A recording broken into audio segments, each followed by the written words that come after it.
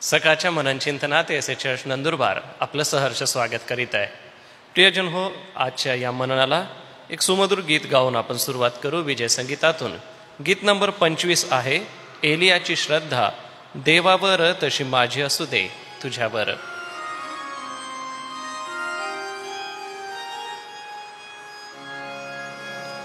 एलियाची श्रद्धा देवावर, एलियाची श्रद्धा देवावर, तशी माझी असू दे तुझ्यावर, तशी माझी असू दे तुझ्यावर. एलियाची श्रद्धा देवावर, प्रार्थनेत तो तत्पर, प्रार्थनेत तो तत्पर. देवा मला तसा कर, देवा मला तसा कर. एलियाची श्रद्धा देवावर, संदेश देण्यात तो धीट, संदेश देण्यात तो धीट. देवा मला ठेव नीट, देवा मला ठेव नीट. एलियाची श्रद्धा देवावर, एलियाची श्रद्धा देवावर.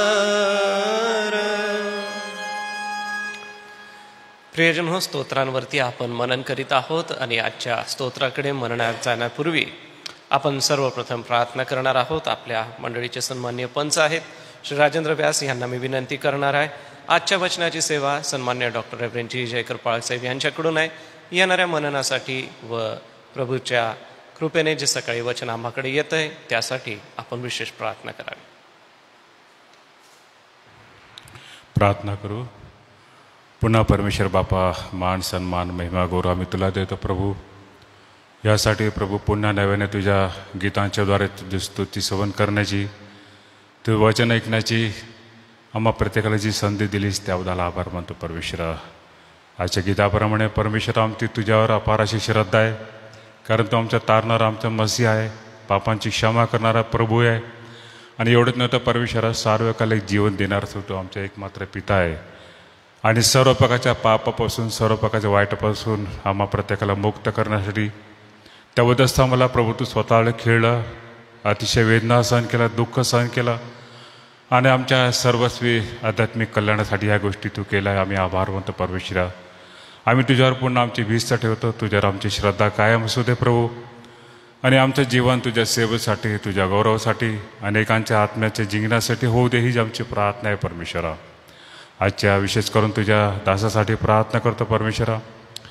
जो आध्यात्मिक मानना, जो पवित्र मानना आमच्यासाठी तू राखून ठेवला, त्यांच्या मुखातून जे शब्द निघतील प्रभू, जे मार्गदर्शन निघाल ते आमच्यासाठी आशीर्वादाचे कारण असू दे.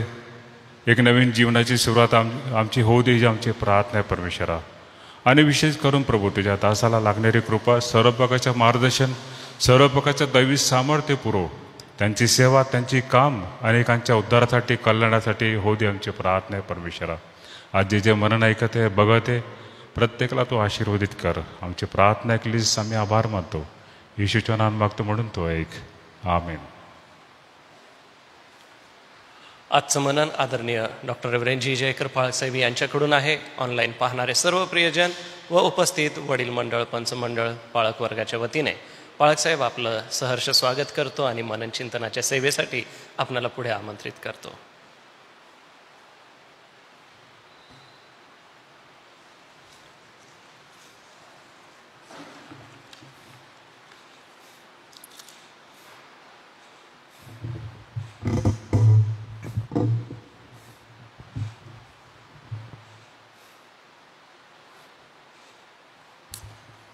सगळ्यांना आजच्या सकाळी पुन्हा एकदा प्रभू येशू ख्रिस्ताच्या नावात सलाम.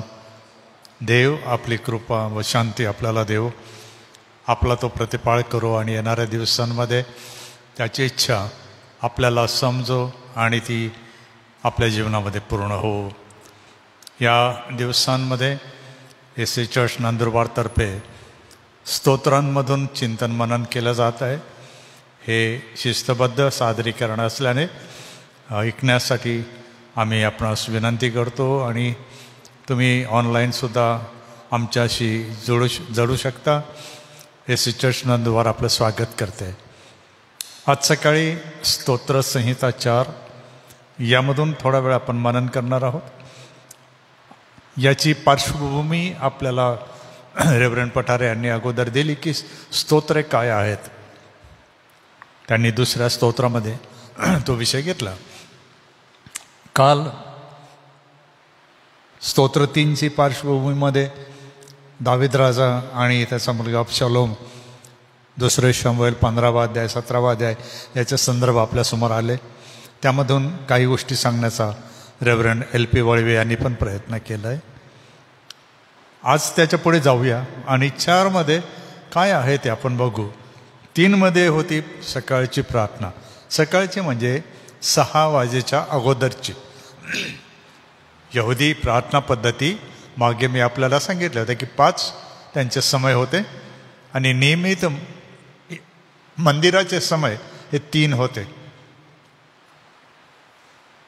त्यामुळे आपल्याला थोडासा विचार करावा लागेल की एक बाजूला दावीद राजा जर आहे तर तो सकाळी प्रातःकाळी म्हणजे सूर्योदया अगोदर प्रार्थना करतो. 4थ्या या स्तोत्रामध्ये त्याची सायंकाळची प्रार्थना आहे. सायंकाळ म्हणजे रात्र नाही, रात्रीचा प्रारंभ म्हणजे सायंकाळी सूर्यास्तानंतर. आणि ह्या काही स्तोत्रांचा विषय जरी सारखाच आहे तरी काही नोंदी आपल्याला घेणं गरजेचं आहे. आणि साधारणपणे मी जास्त त्याचं विवरण न देता मुख्य टप्पे फक्त देऊन त्याचं लागूकरण करण्याचा मी प्रयत्न करणार आहे. म्हणून थोडं जर लक्ष दिलं तर बरं होईल. मी आपणासाठी हे वाचतो. जरा शास्त्राकडे वळा आणि बघा. दावीद राजा प्रार्थनेमध्ये असं म्हणतो, हे माझ्या न्यायदात्या देवा, मी तुला धावा करीतो तेव्हा माझे ऐक. मला तू पेचातून मोकळे केले आहे.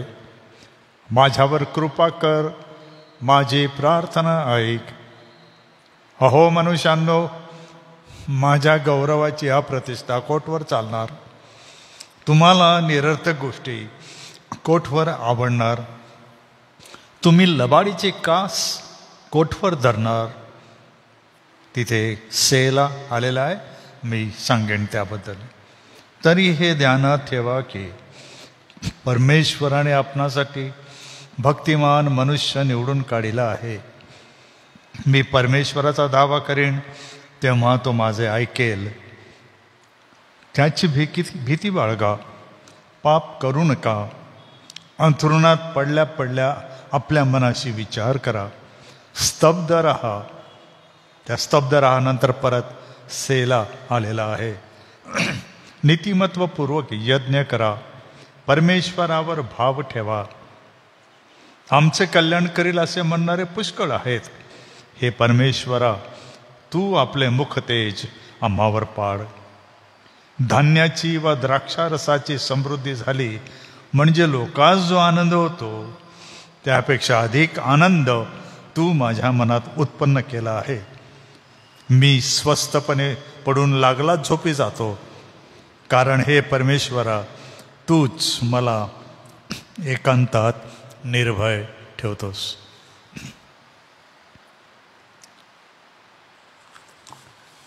काही गोष्टी आपल्यासमोर मांडत असताना आपण विचार करावा अशी माझी विनंती आहे. कारण आपल्या बुद्धीचा सुद्धा वापर करणं फार गरजेचं आहे. आणि आपण विचार आपल्या बुद्धिमत्तेत करतो. आपल्या भावनासुद्धा जिवंत राहू द्या, संवेदनशील असा. पण काही गोष्टी प्रार्थनेचा जेव्हा आपण विचार करतो तर प्रार्थना करायला शिकावी लागते, आपोआप येत नाही. आणि लहानपणापासून आपल्या लेकरांना आपण शिकवलं पाहिजे की प्रार्थना कशा केल्या जातात, म्हणजे मोठं झाल्यावर ते विसरणार नाहीत. त्यांना ते समजेल की प्रार्थना काय असते. दावीदाकडे बघितल्यावर असं दिसतं की आता तो जसा मथळा दिलेला आहे की मुख्य गवयासाठी तंतुवाद्याच्या साथीने गावयाचे दावीदाचे स्तोत्र. 3 म्हटलं होतं की अबशालोम याच्यापासून पळाला. जेव्हा तो पळाला 3 अध्यायामध्ये 3 स्तोत्रामध्ये, तर ते प्रातःकाळची प्रार्थनेचं वर्णन तो करतो. आता पळाल्यानंतर दिवसभरामध्ये कुठेतरी तो आश्रयाला गेला, असा त्याचा अर्थ आहे. म्हणून ही सायंकाळची प्रार्थना आहे. सकाळी पळाला तेव्हा 3 स्तोत्र लिहिलं किंवा गायलं, आणि सायंकाळी पोहोचला कुठेतरी आश्रयाला. करतो जर 8 वचन पाहिलं की मी निर्भय पडून स्वस्थपणे पडून लागलाच झोपी जातो. त्याची झोपण्याची वेळ आलेली आहे आणि तो म्हणतो मी झोपी जातो. काळ जो आहे तो दिवसभराचा आहे. दुसरी महत्त्वाची गोष्ट प्रार्थनेमध्ये ही आहे की या 2 प्रार्थनांमध्ये काय अंतर आहे हे सुद्धा समजणं गरजेचं आहे. की तो शेवट करतो पहिल्या प्रार्थनेचा, तारण परमेश्वराच्या हातून होते. तारण शब्द फार महत्त्वाचा आहे या 3 अध्यायामध्ये 3 स्तोत्रामध्ये. परंतु हे बोलताना किंवा प्रार्थना करताना आता दिवस उजाडलेला आहे, शत्रू पाठीशी लागलेले आहेत असं जर गृहीत धरलं तर दिवसभरामध्ये काय होईल? काय माझा देव माझा बचाव करेल? काय माझा देव माझं तारण करील? काय माझा देव माझं रक्षण करील? काय माझा देव माझ्या या खडतर प्रवासात, म्हणजे डोंगरांच्या चढणीवर मी जेव्हा जातो तेव्हा माझ्या संगती असणाऱ्या ह्या सर्व लवाजम्यासह, सर्व सैन्यासह आणि निरनिराळ्या प्रकारच्या वस्तूंसह डोंगर पार करून आशिरासाठी मी जेव्हा जाईल, काय आमच्याने हा डोंगर पार करवेल? काय आम्ही सुरक्षित पोहोचल्यानंतर काय आम्हाला जे हवं आहे म्हणजे पाणी आणि अन्न, काय ते आम्हाला मिळेल का? पलीकडे अजून काही शत्रू येतील, आम्हावर हल्ला करतील? अनेक गोष्टी दाविदासमोर होत्या. म्हणून सकाळच्या प्रार्थनेनंतर तो संध्याकाळी येतो तेव्हा हे वाक्य वापरतो, मला तू पेचातून मोकळे केले आहे. 4 अध्याय 1 वचन, 4 स्तोत्र वचन 1. मला तू काय केलं देवा? पेचातून मोकळे केलं. पेच शब्द तुम्हाला ठाऊक आहे. निर्णय प्रकारचे पेच आहेत आणि आपण बघितलं आहे त्याच्यामध्ये काही वेळेला गिरमीट असतात, काही वेळेला आटे असतात, काही वेळेला दोर असतात, काही बांध असतात, काही बंधनं असतात, काही गाठी असतात. त्याचे पेच तयार केले जातात आणि त्या पेचांमध्ये जो सापडला तो अडकला, तो भरडला जातो, कारण पेच त्याच्यासाठीच असतात. दावीद काय म्हणतो, ह्या दिवसभरामध्ये हे पेच मला पार करावं लागले, फार कठीण गेलं मला, आणि म्हणून तू माझ्यावर कृपा कर, माझी प्रार्थना ऐक. हे जीवन खडतर झालं आहे. कारण साधं तुम्हाला माहीत आहे, त्याचा स्वतःचा मुलगा अबशालोम राज्य संपादन करण्यासाठी त्याच्या मागे जीव घेण्यासाठी लागला. त्याला सल्ला देणारा अहितोफेल होता. त्याच्या सल्ला मसलतीमुळे अबशालोम नको ते करू लागला. शेवटी तो पाठलाग करीत असताना एका घनदाट जंगलाच्या वाटेवरून जात असताना त्याचे केस फार मोठे होते. त्या केसांमध्ये तो अडकला, लटकून राहिला खेचर निघून गेलं आणि मग तिरंदाजांनी त्याला वेधलं, तेथे मारलं. ह्याचं विवरण तुम्हाला पहिले शमूएल 18 वाचायला मिळते. 15, 16, 17, 18 एक अखंड तो त्या दिवसाचा इतिहास आहे, काय घडलं. दावीद प्रारंभ करताना सायंकाळी म्हणतो, आजचा दिवस तर देवा मी पार केला, पेचातून तुम्हाला मोकळं केलं, मला कृपा तुझ्यापासून हवी आहे, म्हणून मी तुझ्याकडे प्रार्थना करतो. दावीद राज्य मागत नाही, दावीद सत्ता मागत नाही, दावीद पैसाडका मागत नाही, दावीद कुठलंही वैभव मागत नाही. दावीद पहिले मागतो, हा पेच इतका सोपा नाही प्रभू, माझ्याने सोडवण्यासारखा नाही प्रभू, जर तुझी कृपा झाली तरच मी या पेचातून पुढे सुद्धा सुटेन. आजचा दिवस तर तू सोडवला, आभार मानतो, पण तुझी कृपा तुम्हाला दे. तुझ्या कृपेशिवाय हे माझं सर्व करणं हे व्यर्थ ठरणार आहे. त्याला आठवतं तो पडल्या पडल्या त्याची निर्भत्सना कशी झाली, त्याची निंदा कशी करण्यात आली. तुम्ही वाचा, मजेदार वर्णन आहे. त्याचे स्वतःचे काही दास त्याच्यावर कसे उलटले आणि दावीद त्यांना कसं उत्तर देतो की तुम्ही काही नका करू, त्यांना राहू द्या, कदाचित देवाने परवानगी दिली आहे म्हणून ते करतायत, ते म्हणून दगड फेकतायत, धूळ फेकतायत, शिव्या शाप मला देत आहेत, कदाचित तो म्हणतो न जाणू देवाला माझ्यावर दया येईल. दावीद कोणत्या मनाचा माणूस आहे की कळत नाही. अप्रतिम त्याचे विचार आणि त्याची समज, परिस्थितीची आकलन क्षमता प्रचंड वेगळी होती, जी आपण समजतो त्या पलीकडची दिसते. आणि दावीद एकमेव राजा आहे हे आपण विसरता कामा नये की जो इतका सक्षम होता. एकमेव तरुण असा निघाला की ज्याने गळ्यात झोपवलं होतं. दावीद साधा नाही आहे, म्हणून त्याच्याबद्दल बोलताना दावीद राजाला सन्मान द्या. मी नेहमी सांगतो ही गोष्ट, सहज आपण सांगतो की त्याने असे केलं आणि त्याने तसं केलं. या मथळ्यांच्या मागे लागू नका. या शास्त्रामध्ये अध्यायाला दिलेले मथळे हे मानवी आहेत, ते नव्हते. ते कोणीतरी अर्थबोध होताना सांगितले आहेत आणि त्याला धरून जर तुम्ही गडबड केली तर सगळंच गडबड होणार आहे. म्हणून लक्षात ठेवावं लागतं आपल्याला की 3ऱ्या स्तोत्रामध्ये त्या मथळाकाराने सांगितले की दावीद अमुक अमुक याच्याकडून पळाला. 4थ्यामध्ये सायंकाळ आहे, तिथे काहीच सांगितलं नाही. दावीद म्हणतो की आता मला गाणं म्हणायचं आहे.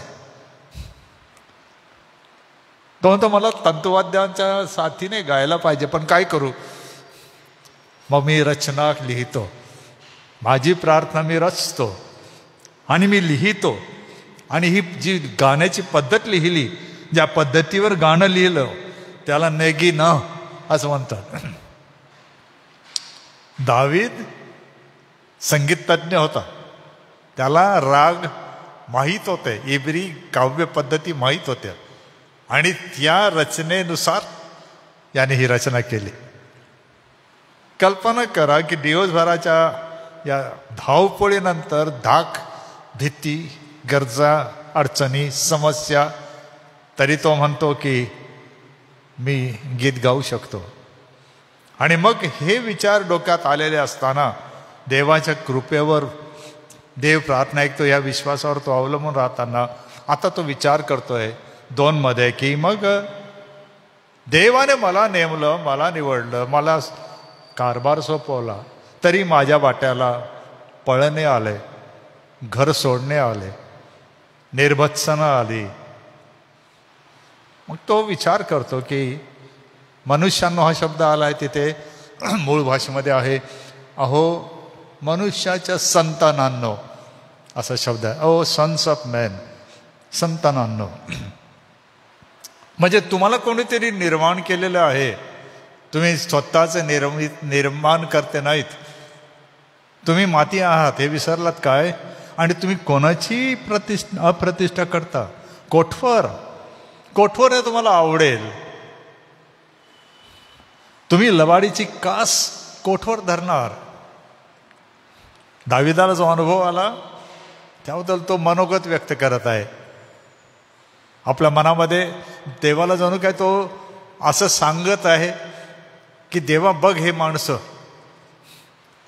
तो कल्पना करत आहे, त्याच्यासमोर तो जमाव आहे आणि त्यांना तो सांगत आहे. तो आपल्या कल्पनेचा वापर करतोय आणि तो त्यांना उत्तर देतोय की वचन 3 की तरी पण हे ध्यानात ठेवा. हो, त्यांना या जमावाला सांगत आहे ध्यानात ठेवा. काय ध्यानात ठेवा? एक, परमेश्वराने आपणासाठी भक्तिमान मनुष्य निवडून काढला आहे. तुम्हाला कसंही वाटो, कितीही वाटो, माझी निर्बत्सना करा, बदनामी करा, अपशब्द बोला, अपमान करा, मागे लागा, माझी सत्ता तुम्ही घेऊन टाका, मला हाकलून द्या, मला परागंदा होऊ द्या. पण एक गोष्ट लक्षात घ्या, मी कोण? माझी ओळख काय? मी कोण आहे? देवाने ज्याला भक्तिमान ठरविलं तो, म्हणजे नीतिमान ठरविलं तो. आणि माझं नीतिमत्व राजसत्तेने आलेलं नाही, धर्मसत्तेने आलेलं नाही, विद्वत्तेने आलेलं नाही, कला कौशल्याने आलेलं नाही, गीतांमुळे नाही, युद्धांमुळे नाही. माझं नीतिमत्व, माझी धार्मिकता ही देवापासून आली. त्याने मला दिली आणि ज्याला त्याने दिली त्याला निवडलं. म्हणून हा भक्तिमान जो मी जेव्हा परमेश्वराचा धावा करेल तेव्हा तो माझा ऐकेल.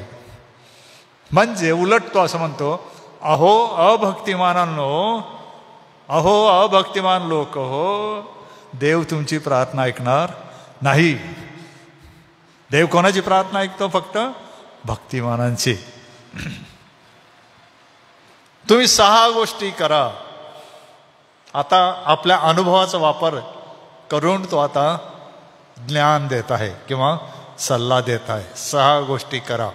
कोणत्या? पहिली गोष्ट वचन 4, देवाची भीती बाळगा. फिअर द लॉर्ड यहोवा. माझी नका बाळगू तुम्ही, माझ्या सत्तेची नका बाळगू तुम्ही, युद्धाची भीती बाळगू नका. तुम्हाला भीती बाळगली पाहिजे, कारण तुम्ही ज्या माणसाबद्दल बोलत आहात तो देवाने निवडलेला भक्तिमान आहे. तो राजा नंतर बनला आहे, पण तो देवाने निवडलेला आहे. आणि देव त्याची प्रार्थना ऐकणार आहे. आणि देव जेव्हा तो प्रार्थना ऐकेल तेव्हा तुम्ही सांभाळा. अनेक प्रार्थना दाविदाच्या शत्रूंच्या संदर्भात पण आहेत. आपण करत नाही कधी कधी त्या प्रार्थना, ते मान्य आहे, परंतु त्याचा अर्थ तो आहे की त्यांना तो सांगत आहे तुम्ही काय करा? देवाचं भय बाळगा. दुसरी गोष्ट सांगतो, पाप करू नका.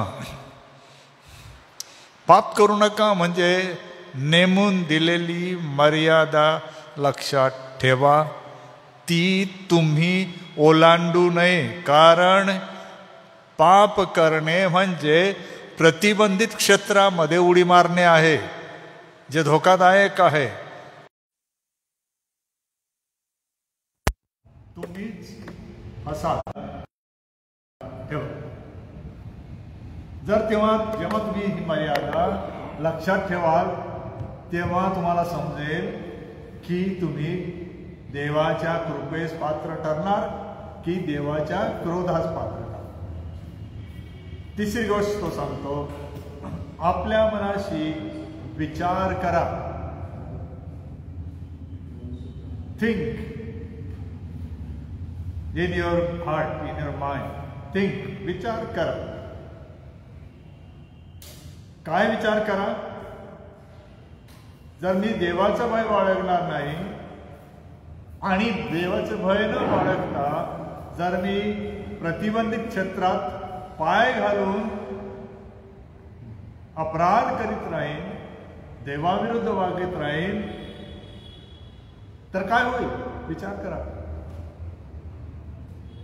मी काहीही केलेलं नसताना जर मला हे सहन करावं लागत आहे, तुमचं काय होणार? मी तर देवाने निवडलेला भक्तिमान आहे, नीतिमान आहे, मी विश्वासाने नीतिमान ठरलो, पण तुम्ही जे नाहीत तुमचं काय होईल विचार करा.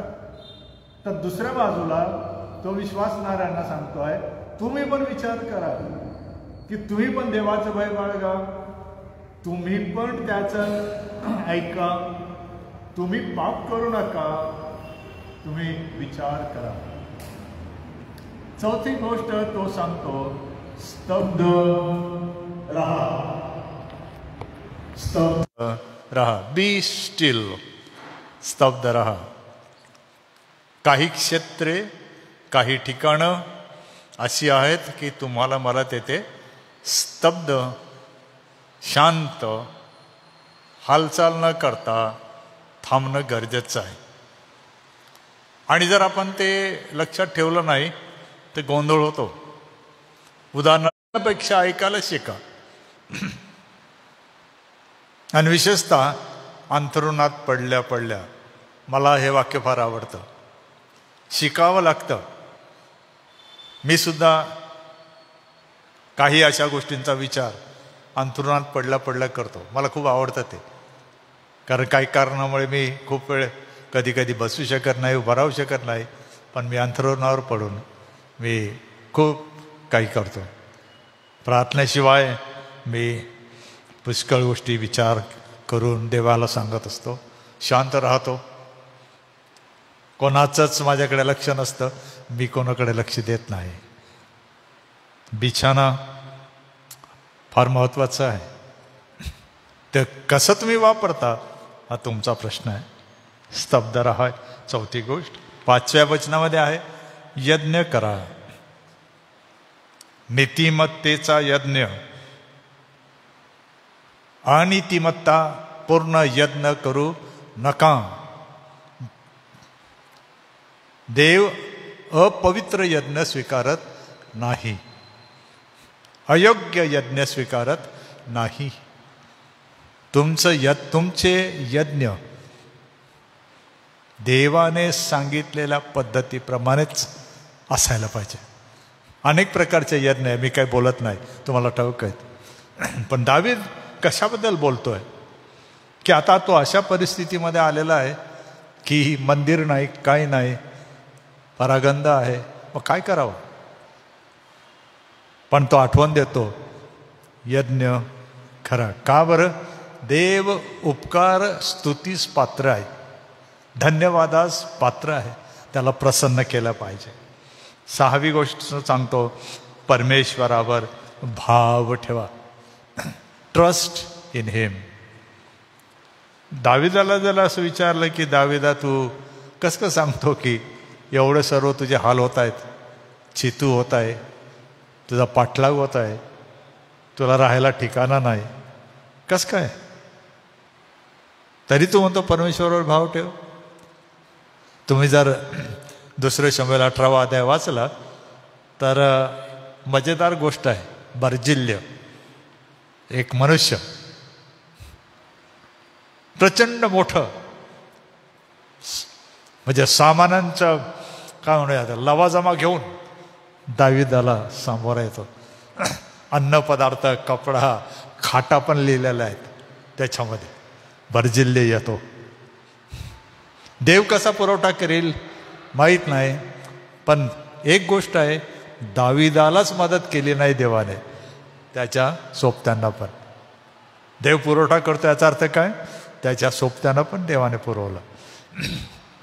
बर्जिल्य फार महत्त्वाचा आहे.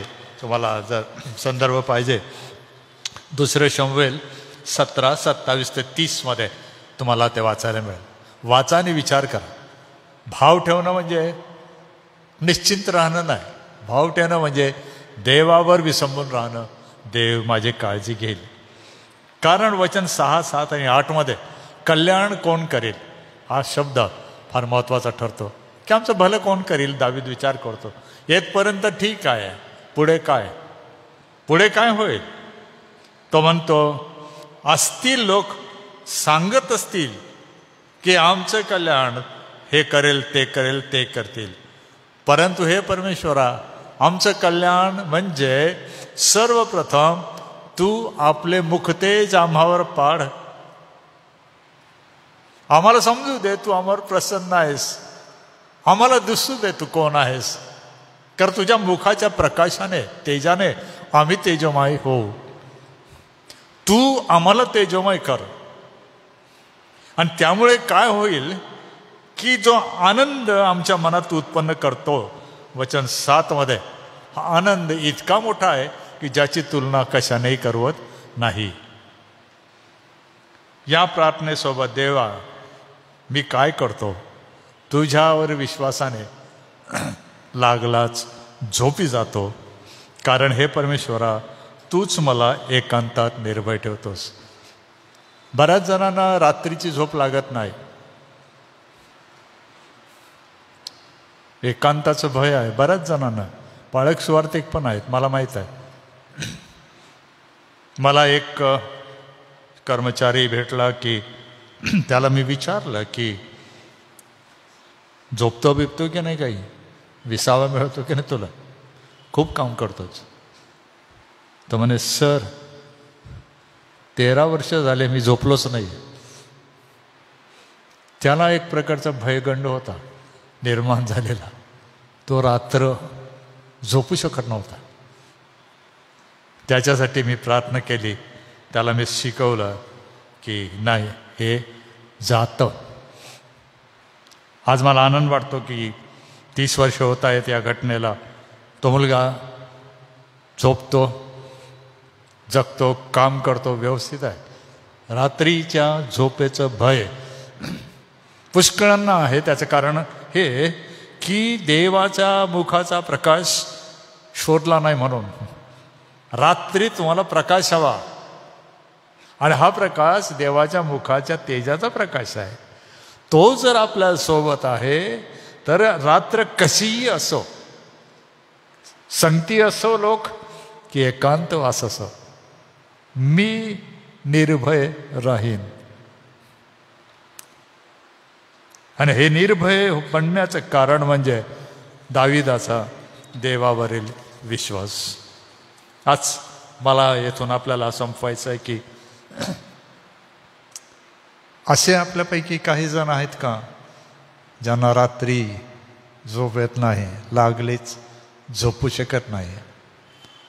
आम्ही तुमच्यासाठी प्रार्थना करू इच्छितो. तुमची परिस्थिती कदाचित दाविदा इतकीच युद्धजन्य असू शकेल, एकदम हाराखिरीची परिस्थिती असू शकेल, एकदम गुंतागुंत झालेली असेल, उद्या काय होईल माहीत नाही, आजाराने असेल, कष्टांनी असेल, लेकरांच्या समस्यांनी असेल, की माझा घरचा मुलगा माझा जीव घेईल, मी झोपलो तर माझं गळा तर नाही कापणार, माझं डोकं तर नाही फोडणार, माझा घात तर नाही होणार. सैतान आणि त्याच्या भूतांची भीती, अनेक प्रकारची भीती, काय आपण या भयगंडाने ग्रासलेले आहात. जर आहात आज सकाळी प्रभूचं दास म्हणून आम्ही तुम्हाला सांगू इच्छितो, तुमच्या या स्थितीला उत्तर द्यायला परमेश्वराचा पुत्र येशू ख्रिस्त समर्थ आहे. तुम्ही त्याच्याजवळ या, आम्ही तुमच्यासाठी प्रार्थना करू. तुमच्या या रात्रींना, भयप्रद रात्रींना, अनिश्चिततेच्या रात्रींना, अंधकार संपणार नाही असं वाटत असताना तुमच्यावर देव आपला मुख्य प्रकाश पाडायला तयार आहे. आम्ही तुमच्यासाठी प्रार्थना करतो. आपल्यापैकी जर कोणी आहे तर आपण जरूर, आता आम्ही प्रार्थना करतो त्यावेळेला परमेश्वराला आपल्या मनात सांगा, मला तू सहाय्य कर. या आपण प्रार्थना करू. आजच्या सकाळी देवबापा, आम्ही तुझे उपकार मानित तुझा धन्यवाद करतो. राजा दावीद त्याच्या या संघर्षासाठी तुझा धन्यवाद करतो. आणि इतक्या भयंकर संघर्षात घरापासून दूर, महालापासून दूर, सुखसोयींपासून दूर गेलेला असताना, एकांतात असतानाही तो म्हणतो, तू मला निर्भय ठेवतोस. ही निर्भयता तू निर्माण करतो जेव्हा अंधारातही तू आपला मुख्य प्रकाश आम्हावर टाकतोस. प्रभू येशूच्या नावाने अशा प्रत्येकासाठी आम्ही प्रार्थना करतो की ज्यांची रात्र कधी संपत नाही असं त्यांना वाटतं, भीती वाटते, दडपण येते, नेण्या प्रकारच्या चिंताने ग्रासले जातात, त्यांना समजत नाही की सकाळ होईल, काय होईल. प्रभू येशूच्या नावाने या सर्व भ्रमांना, या सर्व कारणांना आम्ही दूर घालवून देतो आणि प्रभू येशूची शांती आणि निर्भयता त्यांच्या मनावर आम्ही राज्य करावं अशी आम्ही प्रार्थना करतो. तुझ्या लोकांना देवबापा ह्या दिवसात सहाय्य कर, निर्भय ठेव आणि तुझ्या राज्यासाठी उपयोगी पात्र कर. तुझी इच्छा आमच्या जीवनात पूर्ण होऊ दे. येशू ख्रिस्त आमचा प्रभू याच्या नावाने ही प्रार्थना करतो. देवबापा तू ऐक. आमेन.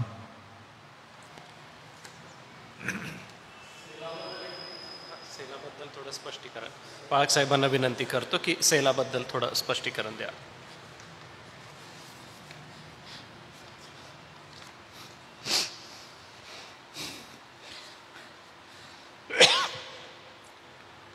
मला विनंती केली की सेला हा शब्द स्तोत्रांमध्ये वारंवार आलेला आहे, तर थोडंसं त्याचं स्पष्टीकरण असं आहे. सर्वप्रथम नेहमी विशेषतः पाळक, स्वार्थिक, बिशप किंवा जे उपासना चालवतात, आपण मुख्यतः एकच गोष्ट लक्षात घ्या. 5 पुस्तके कविता पुस्तके आहेत. पहिली गोष्ट योग, स्तोत्रे, नीतिसूत्रे, गीत उपदेशक, गीतरत्न, ही गीते आहेत. ती गद्य नाही, पद्य आहेत. आणि म्हणून त्या रचना ज्या आहेत ह्या इब्री काव्य पद्धतीच्या रचना आहेत. आलं लक्षात? मराठी नाहीत, हिंदी नाहीत किंवा आशियन आहेत, म्हणजे आशियाच्याच आहेत, परंतु हिंदुस्थानी नाही किंवा पाश्चिमात्य नाही. ही इब्री काव्य संपदा आहे. त्यामुळे त्यांची जी सूचना असते ती त्यांनी त्यांच्या पद्धतीने लिहिलेली आहे, जी आपण स्वीकारली आहे.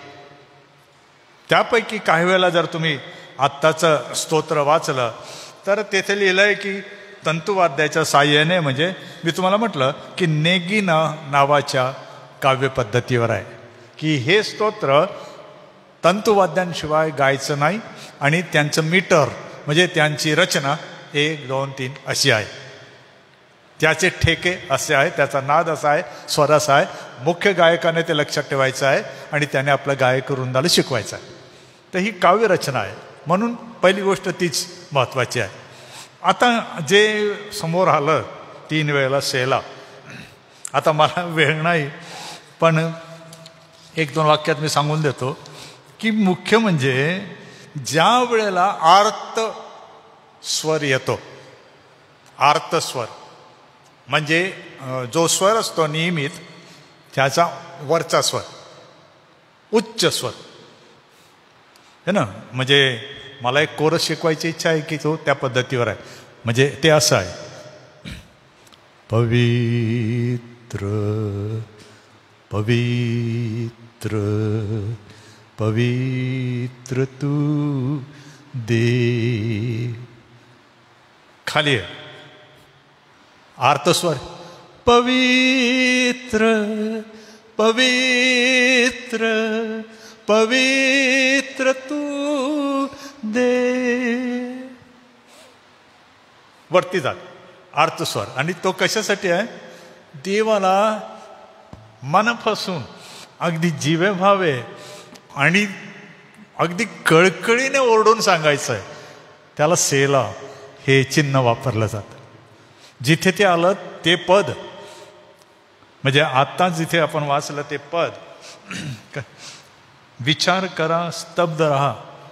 जर ते घेतलं, वचन 4 मध्ये आहे बघा, स्तब्ध रहा असं गायक वृंदाने म्हटल्यावर सेला ची जी निशाणी आहे कंडक्टर ज्याला म्हणतो, जो मुख्य गायक वृंदाचा असतो, तो ती खूण करतो की त्यांनी सांगितलं की स्तब्ध रहा, मग तो खूण कर म्हणजे सरळ फ्लॅट स्तब्ध रहा.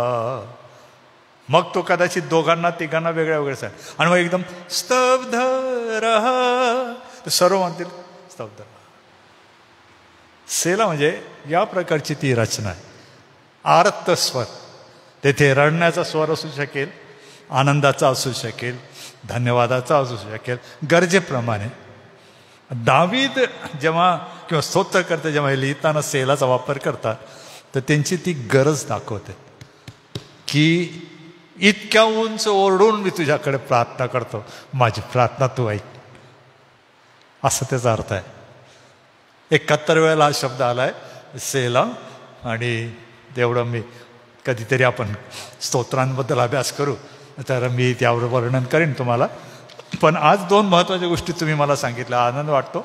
एक म्हणजे हे जे रचलेलं स्तोत्र आहे, हे नगीनं किंवा संगीत तज्ज्ञ जो आहे त्याने तंतुवाद्यांवर ठरवायचं आहे, यावर बनवलं. 2, यामध्ये 3 वेळेला आर्तस्वराने 3 आरोळी किंवा 3 उच्च स्वराचे गीत रचनाचे पद आहेत, असं त्याचा अर्थ आहे. थँक्यू. धन्यवाद पाळक साहेब या सुंदरशा पवित्र वचनासाठी. परमेश्वराला धन्यवाद देतो. व आपण हे मनन दिलं व ज्या महत्त्वपूर्ण गोष्टी आम्ही पवित्र शास्त्र वाचत असताना करायला पाहिजे किंवा समजून घ्यायला पाहिजे त्या आपण दिल्या, यासाठी सर्वांच्या वतीने आपलं आभार मानतो. नित्य आपले प्रार्थना विषय आहे आणि ते घेऊन आपण प्रार्थना करणार आहोत. समारोपाची प्रार्थना मी सन्मान्य रेव्हरंड सुनील लोंढे पाळक साहेब आपणाला करणार आहे. आज ज्यांचे जन्मदिवस आहे त्याच्यामध्ये श्वेता डलके आणि सोबतच बेनोरिका पंजाबी या प्रियजनांचा वाढदिवस आहे. मंडळीच्या वतीने शुभेच्छा देतो व पाळक साहेबांना विनंती करेन आपण पुढे या व प्रार्थना करा.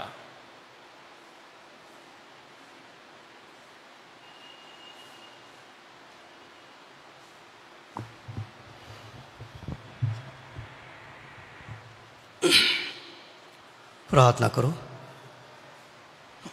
आमच्या दयाळू दे बापा, पुन्हा एकदा आम्ही तुझ्या मनापासून आभार मानतो, तुझी स्तुती करतो. कारण की पुन्हा एकदा देव बापा तू आज तुझ्या दासा करी पुन्हा एकदा तू आम्हाला स्तोत्रामधून आम्हाला तू आशीर्वाद दिलास प्रभू.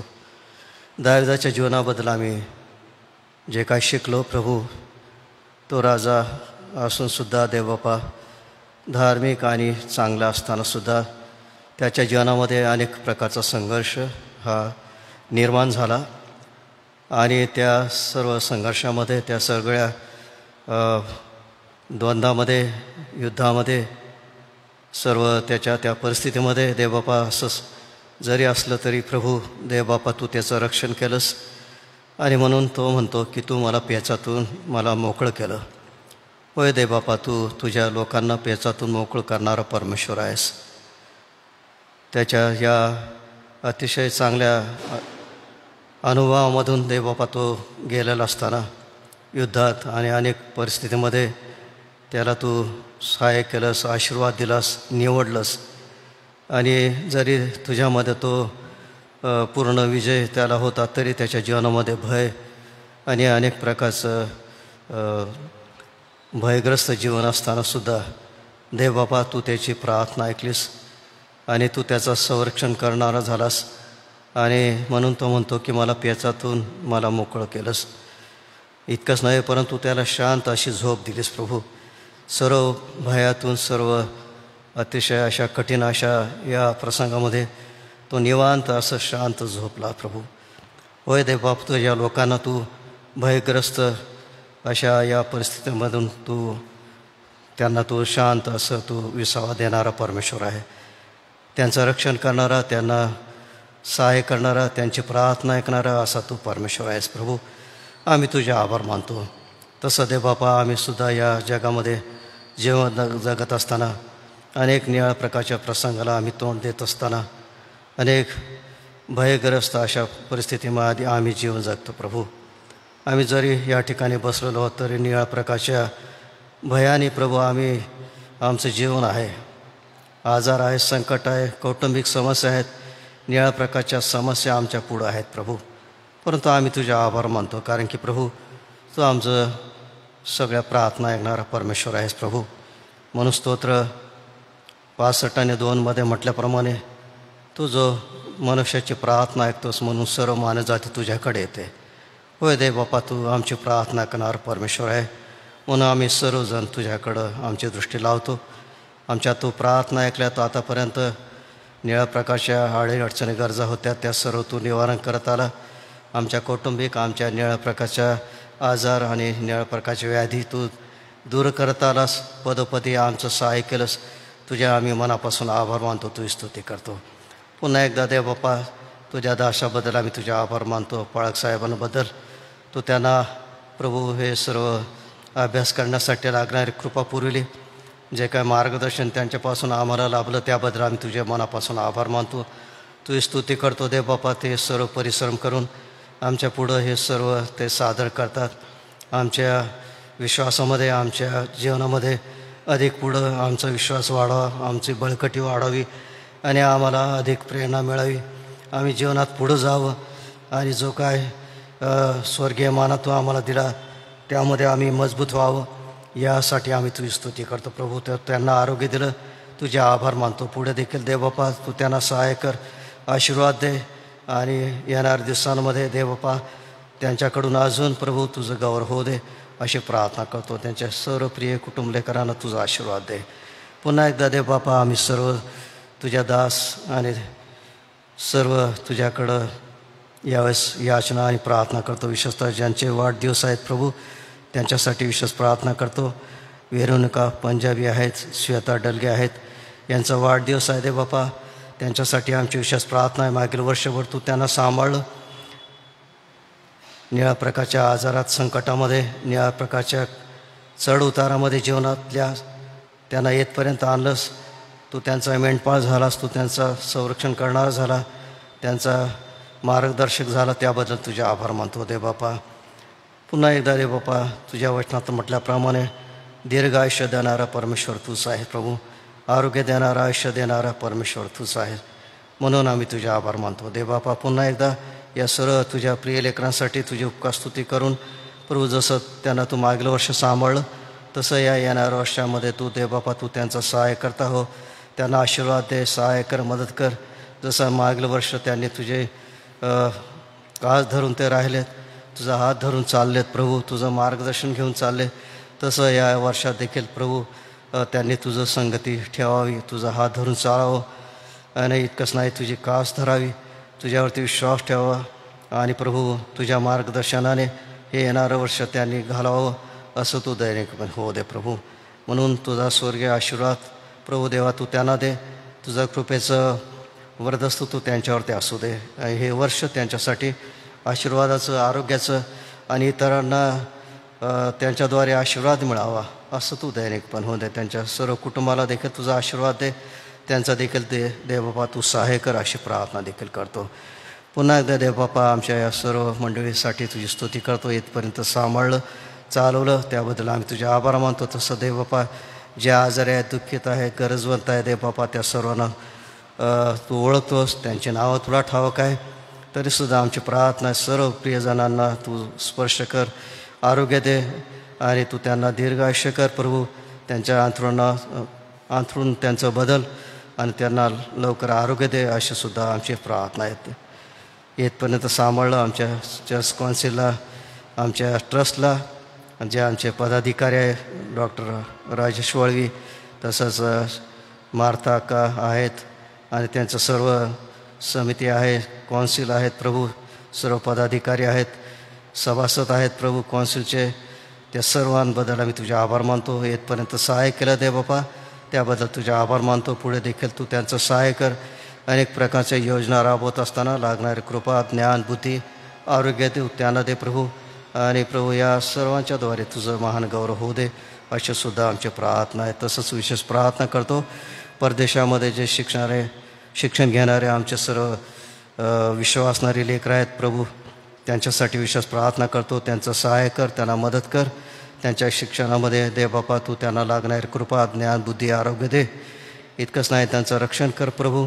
परदेशात असताना कठीण आहे, तरीसुद्धा देव बापा तू त्यांना येतपर्यंत सहाय्य केलंस. पुढे देखील तू त्यांचं सहाय्य कर. त्यांचे प्रिय पालक आहेत, आईवडील आहेत, त्यांचे प्रियजन आहेत, त्यांनासुद्धा सहाय्य कर. त्यांची काळजी घेत असताना, आर्थिक सर्व गोष्टीचं नियोजन करत असताना, पाठपुरावा करत असताना तू त्यांना विशेष सहाय्य कर प्रभू.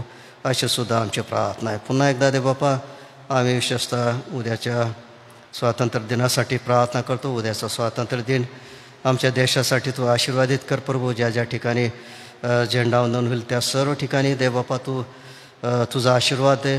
सर्वत्र जो काय झेंडावंदनचा कार्यक्रम आहे दे बापा तो शांततेत पार पडू दे. सर्वत्र देशामध्ये शांतता नांदू दे आणि सर्व कार्यक्रम जे होतील ते सर्व तू आशीर्वादित कर. आमचे शाळा, महाविद्यालय आणि आमचे शिक्षकगण, प्रिन्सिपाल जे आहेत, आमचे प्रियजन, त्या सर्वांनासुद्धा प्रभू उद्याचा कार्यक्रम करत असताना लागणारं सहाय्य आणि मार्गदर्शन तू दे प्रभू. अशीसुद्धा आमची प्रार्थना आहे प्रभू. पुन्हा एकदा आम्ही सर्व दास या नात्यात पुन्हा तुझ्या चरणाजवळ येतो दे बापा. पावसाची अत्यंत गरज आहे. या शेवटच्या दिवसातसुद्धा आम्ही अपेक्षा धरून आहोत प्रभू. पाऊस पडू दे, तुझं कृपेची मूठ उघड, सर्वत्र चांगल्या प्रकारचं पीक होऊ दे, पशुपक्ष्यांना पाणी उपलब्ध होईल, पीक चांगलं येईल, शेतकऱ्यांना त्यांची चिंता काळजी निवारण होईल प्रभू. इतकंच नाही परंतु या देशासाठी पुन्हा प्रभू चांगलं अन्नधान्य पिकावं गोरगरिबांना, असं तो दैनिकपणे हो दे प्रभू. तो आमची प्रार्थना ऐकले दे बापा, त्याबद्दल आम्ही तुझे आभार मानतो, तुझी स्तुती करतो. आम्ही सर्व तुझे सेवकगण तुझ्या कृपेच्या स्वाधीन येतो प्रभू. येतपर्यंत सहाय्य केलं तुझ्या मनापासून आभार मानतो. तुझा आशीर्वाद आम्हाला दिलास त्याहीबद्दल आम्ही तुझी स्तुती करतो. येशूच्या प्रियानं आणि प्रार्थना केली म्हणून तू ऐक. आमेन. आपण प्रभूने शिकवलेली प्रार्थना म्हणू आणि आशीर्वादासाठी रेव्हरंड जयेश पठारे पाटसे पुढे येतील. हे आमच्या स्वर्गातील पित्या, तुझे नाव पवित्र मानले जाओ, तुझे राज्य येऊ, जसे स्वर्गात तसेच पृथ्वीवरही तुझ्या इच्छेप्रमाणे हो. आमची रोजची भाकर आज आम्हास दे, जसे आम्ही आमच्या ऋणास सोडितो तसेच तू आमचे ऋण आम्हास सोड, आणि आम्हास परीक्षेत आणू नकोस, तर आम्हास सर्व वाईटापासून सोडील. कारण की राज्य, सामर्थ्य आणि गौरव हे सर्व काळ तुझीच आहे.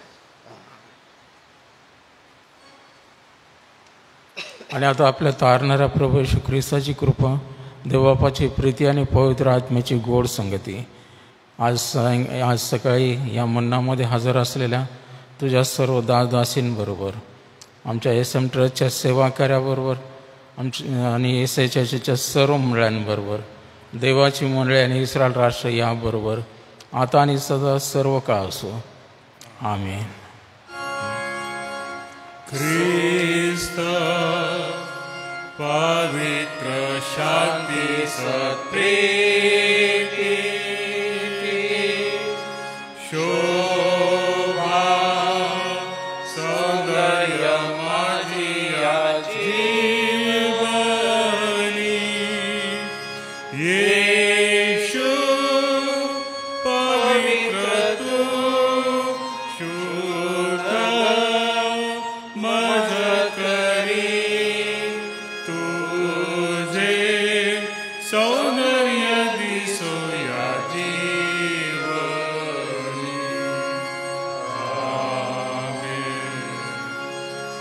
उद्यासाठी सूचना आहे. उद्या आपला स्वातंत्र्य दिन असल्या कारणाने आपल्याला या ठिकाणी जमता येणार नाही, कारण की झेंडावंदन असेल. तर उद्या आपण ब्रेक घेणार आहोत. सर्वांना सलाम.